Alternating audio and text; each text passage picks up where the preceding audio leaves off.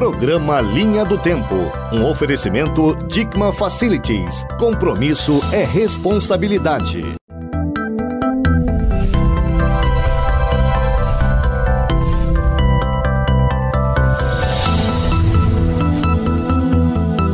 O Linha do Tempo está no ar para contar mais uma história que a gente pretende que seja também inspiradora. E para isso nós convidamos Wagner Kepp. Wagner Kepp é de uma família de origem italiana que chegou ao estado do Espírito Santo em 1889. Em 1946, seu pai, Carlos Kepp, fundou o grupo Águia Branca. O Wagner Kepp tem 63 anos, é hoje diretor de Relações Institucionais do Grupo Águia Branca, tem 64, perdão, corrigindo. É pai de 4 filhos, já foi presidente da FETransporte por 2 mandatos, hoje é presidente do Espírito Santo em Ação e coordenador do Fórum de Entidades e Federações do Estado do Espírito Santo, certo? Muito obrigada por atender ao nosso convite, por estar aqui no nosso programa. Eu que agradeço a oportunidade. Então, a gente quer falar da infância, lá em Colatina, nascida em Colatina, infância de menino do interior. Nós fomos criados em fazenda, inclusive, nossa infância foi na fazenda, né? Próxima à cidade, e a gente tinha sempre com suas atividades também, estudar, mas o pai sempre tinha as responsabilidades que a gente tinha que cumprir também. E logo aos 15, 16 anos já passei a trabalhar na Águia Branca, uma primeira experiência. Depois fui para sair do estado para passar um período estudando fora, em Belo Horizonte. Quando voltei já em 71, já vim direto para trabalhar na empresa novamente. Nossa. Eu ia perguntar se houve alguma adolescência rebelde, mas nem pensar, né? Já estava trabalhando, já estava totalmente cheio de responsabilidades nesse período que normalmente os jovens ficam um pouquinho assim confusos. Não houve isso? Não, eu sempre não teve tempo. Não, isso aí, claro que a gente vivia intensamente, mas tinha o estudo, o trabalho e a gente vivia também, curtia a vida também.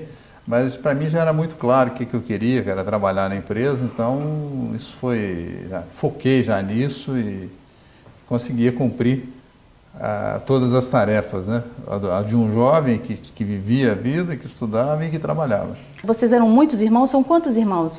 Somos em 10, eu sou o 10º, né?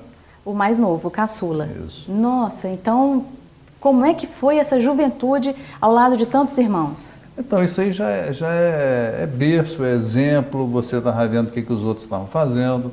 Então, a minha vida foi já nascida nesse ambiente, um ambiente de uma empresa.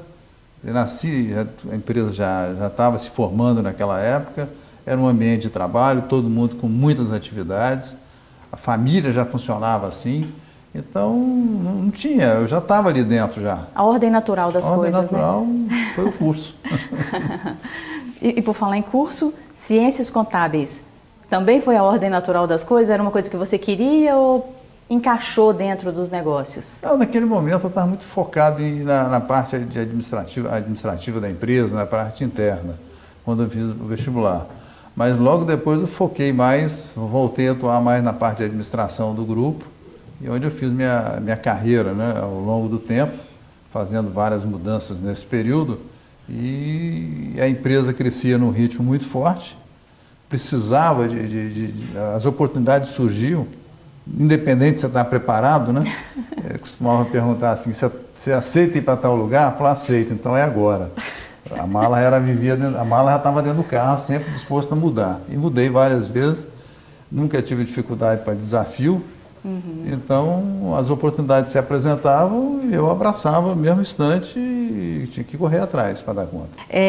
Você assume aos 23 anos, retornando à Vitória, e assume um posto mais concreto dentro do grupo? Foi aí realmente o início da sua carreira? Claro que teve toda essa na juventude aí, como você já contou, mas é nesse momento que você toma um lugar realmente e aí vocês pensam juntos o destino futuro do Grupo Águia Branca? Aos 23 anos surgiu essa oportunidade de gerenciar uma empresa urbana chamava na época Penedo, aqui em Vitória.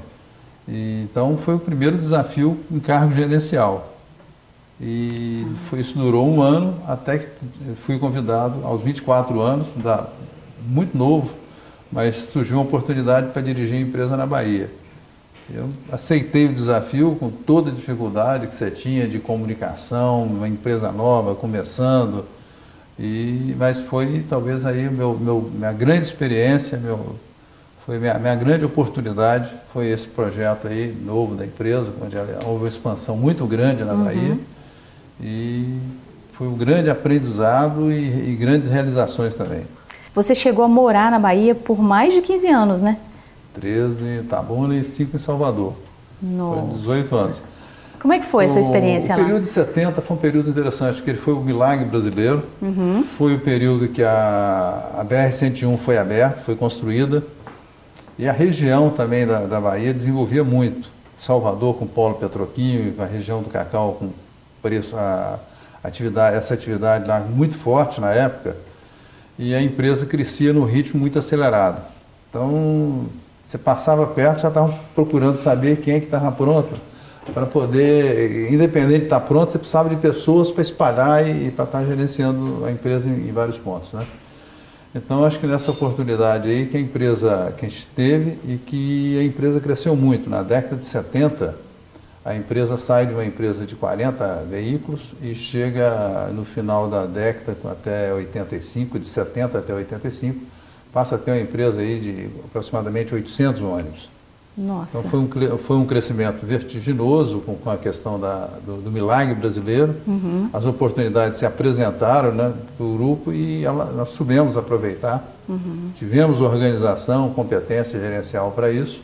E a empresa, então, mostra aí esse grande salto que ela dá nesse período. E aí você vai para Salvador exatamente em que ano? Para a Bahia?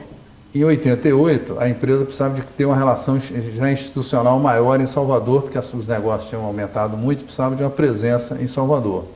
Então a gente mudou, aí deixando um pouco operacional e já atuando mais no relacionamento, na operação da empresa, mas também com foco no institucional. Sim, sim. Nessa oportunidade, eu já assumi também o sindicato de ônibus lá, a Federação de Transportes Bahia e Sergipe. Então, já atuando também em federação. Isso não é coisa nova que não, já tinha atuado lá também. Pois é, já é uma vocação sua aí, né? Isso. E com relacionamento governamental que era necessário para uma empresa que estava com aquele volume de negócio na Bahia. Nós chegamos a ter mais de 25% do transporte passageiro na Bahia na época. Então, a gente tinha um peso importante. E isso demandava alguém mais próximo ao governo, às áreas, né, às áreas de controle também. Sim. Então, foi uma experiência grande também, onde a gente teve essa oportunidade de colocar a empresa no nível melhor, em termos, porque a empresa ela tinha aquele foco só do interior. Quando a gente faz essa atuação em Salvador, você cria também posiciona melhor diante o governo do Estado. Sim. E para toda a comunidade. E aí ela passa a ser nacional, né? Deixa de ser estadual e passa a ter um âmbito nacional, mais com a presença nacional mais forte, né? Passa a ter também, porque a partir daí também houve outras expansões e a empresa passa a ter um posicionamento muito melhor e num espaço territorial maior também. Ok. Então, nesse momento, a gente dá uma parada breve aqui no Linha do Tempo e daqui a pouco a gente volta falando mais dessa atuação institucional. Até já.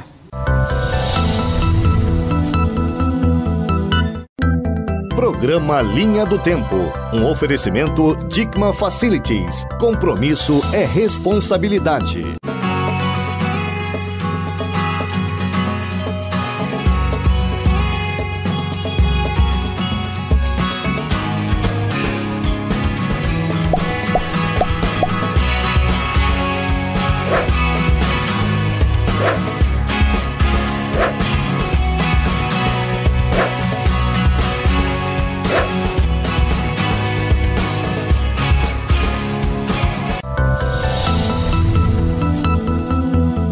E o programa Linha do Tempo está de volta. Hoje nós temos a satisfação de entrevistar Wagner Kepp, do grupo Águia Branca. E ele já nos contou aqui um processo de evolução, né? Pensando que a empresa surgiu em 46, vocês cresceram nos anos 70 e 80 muito, até em virtude do crescimento do Brasil e do Espírito Santo. E aí a gente chega ao ano de 93. Nesse período, o grupo passa por uma reestruturação organizacional. Considerando que esse é um grupo eminentemente familiar, é possível fazer isso sem criar desarmonia? Foi o que nós perseguimos sempre, né? Estado da arte, que é você conseguir. Porque uma empresa familiar, ela tem um ponto importante, que é a energia. Se você consegue conciliar a energia dessa empresa com a energia que ela tem, da família, com uma organização boa, saudável, você consegue ser uma empresa muito mais forte. Então, isso aconteceu e um ponto forte dessa organização foi em 93, porque foi um período que ela faz uma organização na sua gestão, cria os negócios, distribui os negócios por áreas, responsabilidade, né? Você cria a divisão de passageiro, divisão de comércio, divisão de logística. Então, em 93, a empresa cria uma estrutura, distribui as responsabilidades, né, para gestores diferentes. E é o grande salto que ela tem, de 93 até recente, são 21 anos isso, e a empresa, essa linha que acontece nesse período nos traz um crescimento de 20%, próximo de 19,5% ao ano. Olha! Em média, durante esses 20 anos. Até uma polêmica, né, que você fala assim, mas a empresa de vocês é familiar, academicamente isso não é o mais recomendável, né? Bem, se não é o mais recomendável, ela deu certo, porque se durante 20 anos se cresce essa média, alguma coisa que está dando certo. Né? Então, mas um ponto forte que nós tivemos sempre muita atenção é da questão da família. Quer dizer, então, nós temos como política aqui a transparência total com a família. A cada trimestre, na distribuição na distribuição que nós temos de dividendos, dos resultados, a empresa reúne cada família, né, nós somos 5 empresas familiares, cada família é uma empresa, e nós apresentamos o resultado para os nossos sócios. Ou seja, quem está fora da empresa, ele tem toda a informação. Sim. Então, um cuidado que nós temos para que quem está dentro da empresa trabalhando e quem está fora tenha o mesmo nível de informação. Porque o risco de quem está no poder é não olhar quem está fora. Tá? Então, esse cuidado nós temos muito grande. Perfeito. Isso para nós, assim, o acionista, o familiar, ele é uma pessoa importante, ele tem que estar informado, ele tem que saber de tudo que está acontecendo aqui dentro, porque você tem que ter um time inteiro, todo mundo torcendo a favor. Claro. Ser um interlocutor do grupo, não só do grupo, né, mas também de uma classe, de entidades de classe, das instituições, e ter esse papel institucional que você vem trazendo ao longo dos anos. E também é um palestrante de mão cheia, porque eu já vi você palestrando, falando inclusive sobre sucessão. Que eu acho que o grupo tem toda essa experiência, o grupo tem todo esse know-how para falar de sucessão, que é um tema bastante delicado. O Brasil é um país novo, relativamente novo, e nós temos muitas empresas familiares, né? E o que a gente observa é que, às vezes, o conflito familiar é tão grande que leva ao insucesso do negócio, quando poderia ser diferente, né? E o que você traz de experiência? Queria só assim, um recorte na nossa entrevista para você falar um pouquinho de sucessão. Isso aí que você está falando é que quando uma empresa, se você deixar o conflito familiar queimar energia, isso é um estrago muito grande, porque a energia que você depende para tocar os negócios é muito forte. E quando você vai para esse outro conflito, os negócios não vão bem. Você não tem um caso de empresa que entrou nessa rota de colisão e deu certo. Então, o que nós temos aqui é você cuidar bem da gestão, cuidar bem da família e focar sempre nesse processo sucessório. Nós trazemos consultoria, acabamos de fazer esse processo agora com uma consultoria, durou 4 anos, ninguém tinha pressa. Gastou 4 anos porque não era pressa. Sim. E, qualidade, verdade, né? Foi fazer um aprimoramento do que nós já tínhamos bem feito. está funcionando bem, então aprimoramos, criamos os conselhos agora por divisão, então cada negócio tem seu conselho, um membro externo, que já é começar a dar uma oxigenada também com visão externa, e também já delinear os passos. Nós já temos aqui hoje traçado, até 2030 nós já temos tudo definido, quem vão ser os gestores nesse próximo período. Então nós já temos acordo de acionista até 2030. Nossa. Ou seja, você tem que tirar isso do seu radar, do seu dia a dia, para que a gente possa focar nos negócios. Perfeito. Então, quando você foca, a tua energia ela é muito mais positiva, porque esse outro problema já está resolvido. Claro, claro. Já é suficiente lidar com as conjunturas do Brasil, com as crises internacionais. Então, muito interessante. Parabéns aí por essa forma de organizar, né, da organização interna. Aliás, por falar em expertise, vocês têm expertise aí super reconhecida, inclusive em números, né, pelos negócios, de transportar passageiros no modal terrestre. E aí vocês entram nos negócios de transportar passageiros no modal aéreo, adquirindo a Trip, né? Como é que foi vocês entrarem num segmento tão amplo? Um negócio semelhante ao negócio que vocês tinham, mas é bastante diferente, né? Nós tínhamos 3 negócios, que é a parte de revenda, a divisão de revenda, a divisão de passageiros e a divisão de logística. E por estudos que foi se acompanhando, analisando, até para entender, o primeiro estudo foi para entender qual é o reflexo com o surgimento da Gol, foi para entender o que estrago o transporte aéreo, naquele modelo que a Gol veio, faria no transporte rodoviário de passageiros. Ao fazer esse estudo, o responsável pela área, o Renan, percebeu que tinha uma oportunidade também para o transporte aéreo.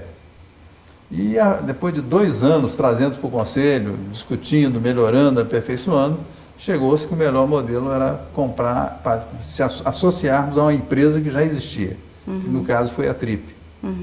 E houve, a partir daí, um grande incremento nessa empresa, se posicionou bem, surgiu a Azul nesse mesmo período e chegamos à conclusão que depois, em outro momento, que a junção com a Azul seria uma boa opção, as coisas convergiram para isso e hoje temos aí uma empresa aérea muito bem estruturada no Brasil, onde nós somos um sócio investidor nessa empresa. Vocês são acionistas? Somos acionistas. Sim. Participam da gestão, Wagner? Dos comitês e do conselho.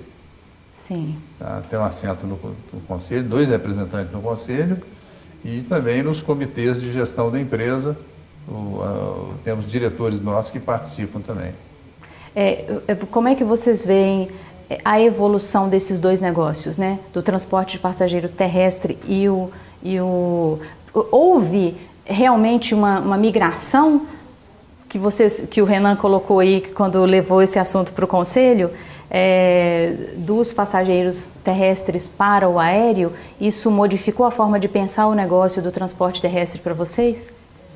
Olha, é natural num país, o país que, à medida que ele vai evoluindo e melhorando economicamente, você passa e tendo melhor infraestrutura que nós não temos ainda, né, mas com a melhoria que ela virá de aeroportos, você passa a ter um preço de passagem aérea mais barato.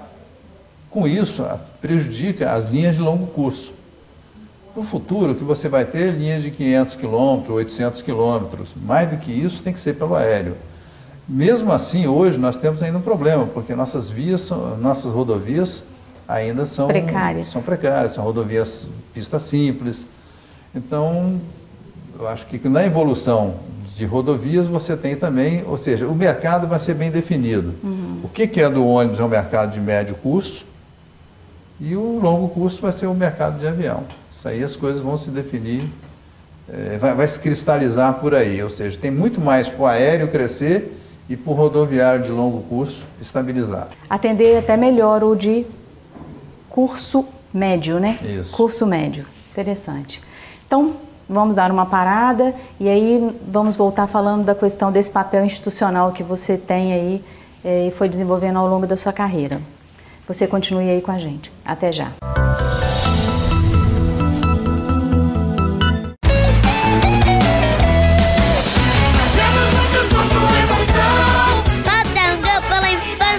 brasileira.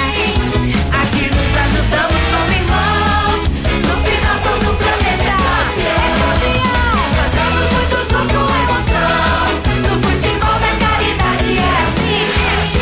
Aqui nos ajudamos como irmãos, no final todo o planeta é mundial. Programa Linha do Tempo. Um oferecimento Dickmann Facilities. Compromisso é responsabilidade.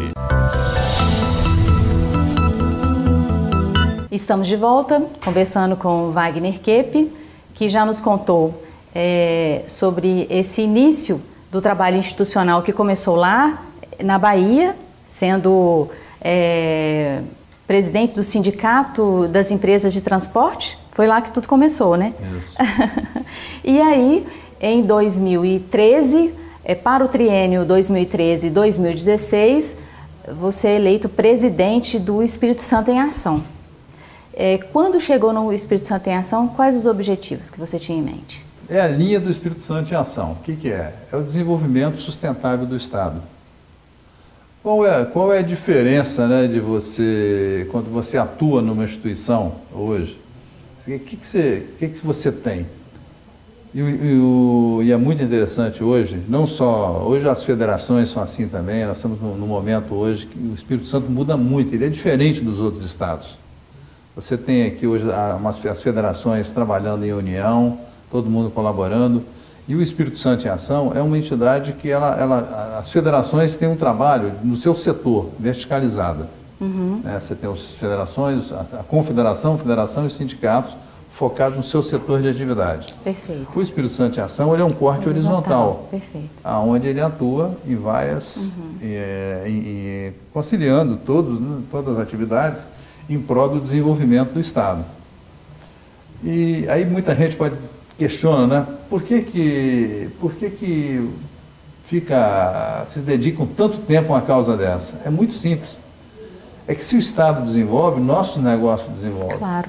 E a partir daí eu organizo o 2025, através a Petrobras, ela bancou, né? Uhum. O Espírito Santo em Ação com o governo do Estado, desenvolve, em parceria com a Secretaria de Desenvolvimento, desenvolve o 2025 no primeiro momento e atualmente o 2030, com a visão de longo prazo. E é um plano que não é um plano de gaveta, é um plano que o Estado atua em cima dele, as instituições atuam em cima desse plano. É um norte, é um orientador mesmo, né? E que se atua em cima mesmo para que poder o Estado atingir esses objetivos nossos, que é chegar em 2030 com esses indicadores bem melhores que nós temos hoje. Dá exemplos desse projeto do Plano 2030 que a gente pode vislumbrar realmente para o futuro aqui no Estado. Ele é dividido em 10 eixos, né? Então ele trata de tudo. Caso da educação, que é um ponto que ele atua forte, caso da saúde, da segurança, da nossa infraestrutura, de melhorar a nossa relação, a nossa imagem fora do Estado, que isso atrai negócio para cá. Uhum. Então, você tem, e tudo isso é medido com indicadores, e você tem indicadores para medir, para você acompanhar. Então, o 2030 é um plano de Estado, não é um plano do governo, é um plano de Estado que você vai jogando essa visão. E claro que daqui a 5 anos você tem que novamente passar por uma revisão para estar atualizando, porque os próprios movimentos econômicos nacionais e internacionais, eles criam impactos. Sim. Então você tem que estar atualizando. Tem que redirecionar, né? Redirecionando. Então tem feito isso é uma grande contribuição que o Espírito Santo em Ação tem dado e que a gente tem aí oportunidade de estar interagindo com outros segmentos da sociedade, outros segmentos da classe empresarial também, focando nessas demandas. E é isso que temos aqui hoje no Espírito Santo, uma união da classe empresarial em prol do desenvolvimento do Estado. Isso é coisa única, nós só temos aqui. Nos outros estados não funciona, conheço, acompanho, não funciona assim. E uma coisa também, que é reflexo disso, é que você tem o posicionamento, tem a relação política, a relação empresarial, e você vê assim, o Espírito Santo até é um estado que o empresário está tão bem organizado institucionalmente, que ele não tem aquela ânsia de querer ser candidato, querer ser político, porque A não ser aqueles que já têm uma veia política também, nós temos isso também, em qualquer sociedade você tem as pessoas com suas tendências, né? Mas normalmente não há essa necessidade porque a classe empresarial, hoje ela é bem estruturada, então a nossa relação política e empresarial, ela funciona muito bem, num nível muito bom, Entendi. totalmente ético, totalmente de respeito. E aquilo que eu digo, é uma relação público-privada para o bem coletivo, que é o que a sociedade espera também da gente. Pegando um gancho nessa sua resposta aí, estamos em ano de eleições, né, 2014, e como você falou, é um plano de governo, né, um plano que independente, me parece, independente de quem for o nosso próximo governador, ele tem um orientador, né, existe algo para se balizar, um documento produzido com bastante consistência para orientar, para informá-lo quais serão os caminhos mais adequados para o Estado do Espírito Santo. É assim mesmo? É isso, porque senão você não pode, a cada momento que muda um governante, os objetivos do Estado irão mudar. O que você pode ter é o seguinte, você pode ter um governante que tem uma atenção melhor, às vezes até para algum setor, mais por outro, mas na verdade, você tem o que você quer para o Estado. Então, esse é um plano, não é de governo, é um plano de Estado. É o que a sociedade definiu. Sim. E que será acompanhado. Muito interessante. Arrisca algum palpite aí para as eleições de 2014? Qual a próxima pergunta? Tá certo. Copa, impactou os negócios do grupo? Em parte, sim. Efeitos diferentes, nós temos hoje aí... Tem de tudo, porque algumas coisas impactou positivo, trouxe alguns impactos positivos, né? Outros nem tanto. O próprio aéreo, que deu aquela história toda, no aéreo atrapalha, porque a atividade econômica, empresarial, de reuniões, cai muito de executivos. Sim, sim. Tá? Na parte de comércio atrapalha. Que é o cliente que você quer fidelizar, né, na verdade, né? Mas você acha, os turistas, tem muito turista circulando no Brasil, mas quantos executivos deixaram de fazer reuniões? Quantos recolheram nesse período, cursos que não estão sendo feitos, então há um efeito. Então, em cada setor da economia isso dá um efeito diferente. Esse monte de feriado atrapalha o comércio, então ele impacta hora positivo e hora negativo. No final vai dar na média aí. Você acha que vai empatar? Tá 0 a 0. Vai 0 a 0. Bom, 0 a 0 não é de todo um mau resultado, né? Agora, para a gente finalizar, o que tira o sono de Wagner Kipp? Preocupação tem, eu acho que a gente trabalha, você tem que trabalhar assim, se dedicando, se organizando na vida, estando atento com tudo, você tendo uma orientação para tudo, né, da família, dos negócios, do teu relacionamento dia a dia. Eu diria que não tenho muito. A minha preocupação é a boa relação com as pessoas, um bom ambiente de trabalho, um bom ambiente de família.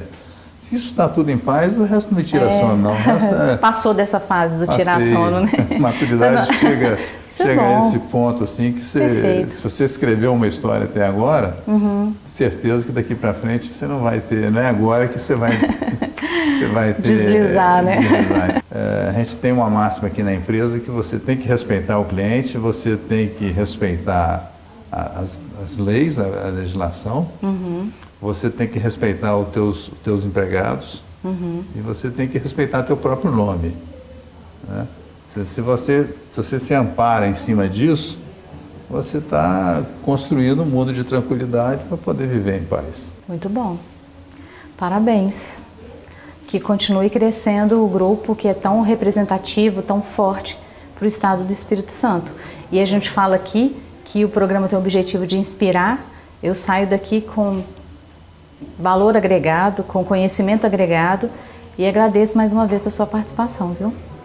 Eu que agradeço a oportunidade e o prestígio de estar participando do seu programa. Obrigada. E você, a gente deixa o convite para que você possa estar na semana que vem aqui no Linha do Tempo para escutar mais uma história muito interessante e enriquecedora. Até lá!